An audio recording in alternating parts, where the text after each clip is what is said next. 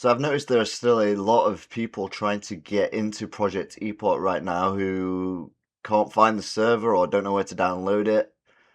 So in this video, I'm just going to quickly show you exactly how to install Project Epoch in 2026 and get in game as fast as possible. So the first thing you're going to want to do is head over to ascension.gg. I'll put a link down in the description to that, and create an account, of course.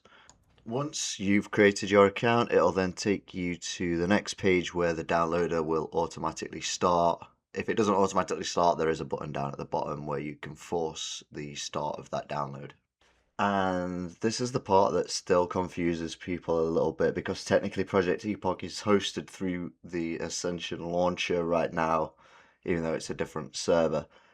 So once you're on the site here, it'll automatically download, or you can click download, install the launcher normally wherever you usually put your downloads. As you choose where you want the game installed, and honestly the install itself is pretty straightforward. Once you've downloaded and installed the Ascension launcher, this is the part where people can get confused, because initially you won't actually see Project Epoch immediately. It'll look like you're trying to play Ascension, which we're not right now. First, you have to install the main client through the launcher. This is basically the Wrath 3.3.5 client setup that Epoch will run through. So again, we'll select our install location, let the client fully download, and just wait for everything to finish updating. And yeah, this download is fairly large, so depending on your speeds, it might take a little while. And don't worry, again, that this says Ascension, we'll be getting right to that. Alright, once that finishes downloading, you'll finally see a little drop-down menu inside the launcher.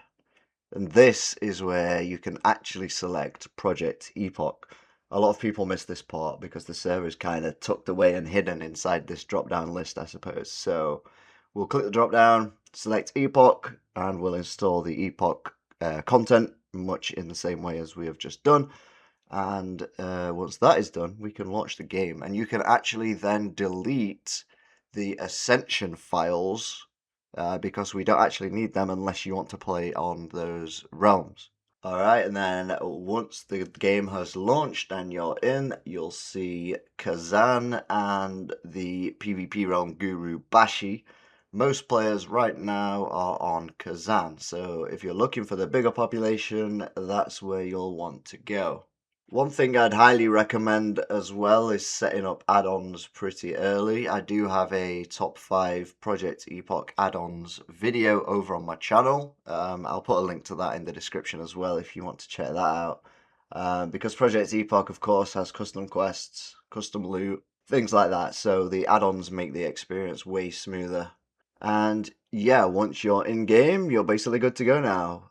One thing I'll say though is that Project Epoch definitely feels different compared to normal WoW servers. Like, we've got custom dungeons on there, new quests, and we've got cross-faction play, and I think there's a much more Classic Plus style experience overall. So if you've been missing that older MMO feeling lately, honestly, it's worth trying out for yourself and seeing what you think. But yeah, hopefully this helped some people get set up a little easier. And if you guys like this kind of Project Epoch content, then please do subscribe to the channel. I'll be bringing out more videos like this. I try and do a video every day. So yeah, thanks for watching, and I hope you have a wonderful rest of your day.